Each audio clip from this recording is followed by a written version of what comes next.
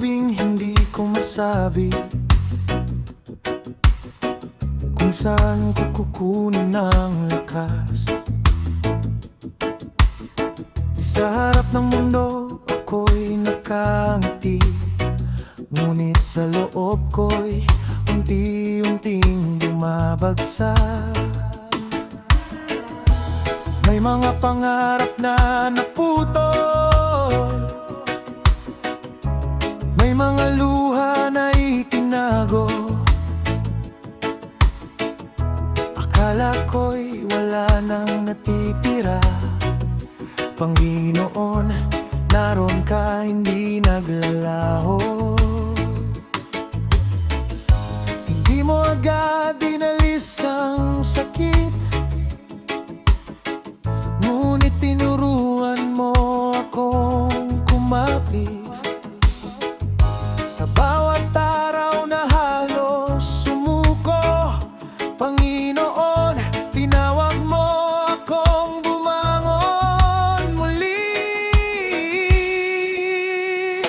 Sa gitna ng pagkabagsak, Panginoon, ikaw ang aking sandigan.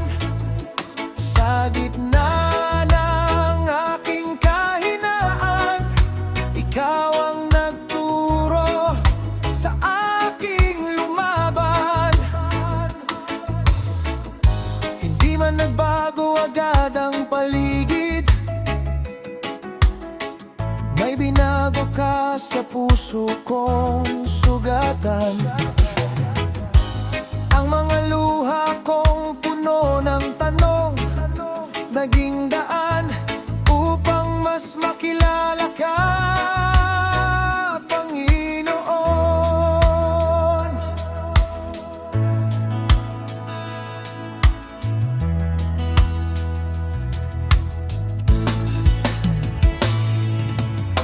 May mga sugat na hindi nakikita, ngunit alam mo ang bawat kirot. May mga laban na ako lang ang nakakaalam, mga gabing halos mawalan ng sagot. Pero hindi pala wakas ang pagkaldapa, hindi pala kabiguan ang muling pagbangon. Sa lugar na akala ko'y katapusan, Panginoon, doon mo sinimulan ang bagong yugto ko. Unti-unti mong inayos ang pusong matagal ng pagod. Hindi mo ako itinulak palayo, tinuruan mo akong lumakad ng may tiwala sa iyo. Sa bawat hakbang na aking tinatahak, Panginoon, ikaw ang umilaw sa daan. Kapag ang aking puso'y nanginginig, ang iyong pangako ang aking pinanghahawakan. Di ko man alam ang bukas, hindi na ako kailangang matakot, dahil ang Diyos na hindi bumitaw noon, siya ring kasama ko sa bawat bukas.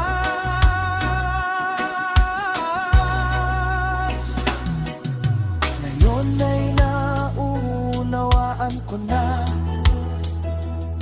hindi lahat ng sakit ay katapusan. May luha palang may tinuturo, may sugat palang nagiging kalakasan.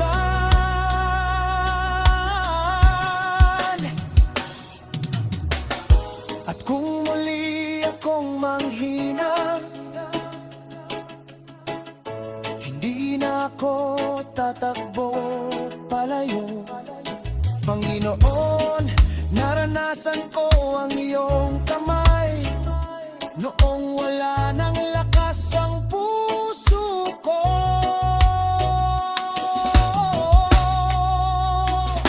Mula sa pagkabagsak, ako'y bumangon dahil ikaw ang humawak sa aking kamay.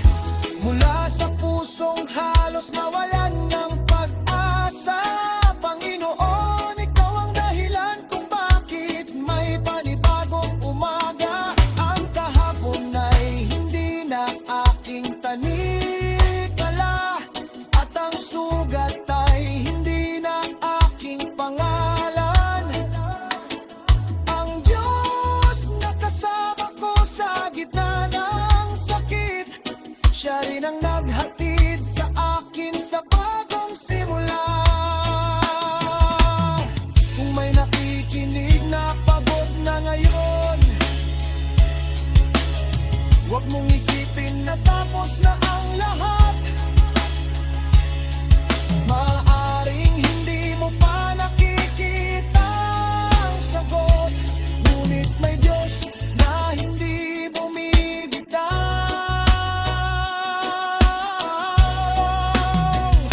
Mula sa sakit na hindi ko naunawa, natutunan kong muling magtiwala.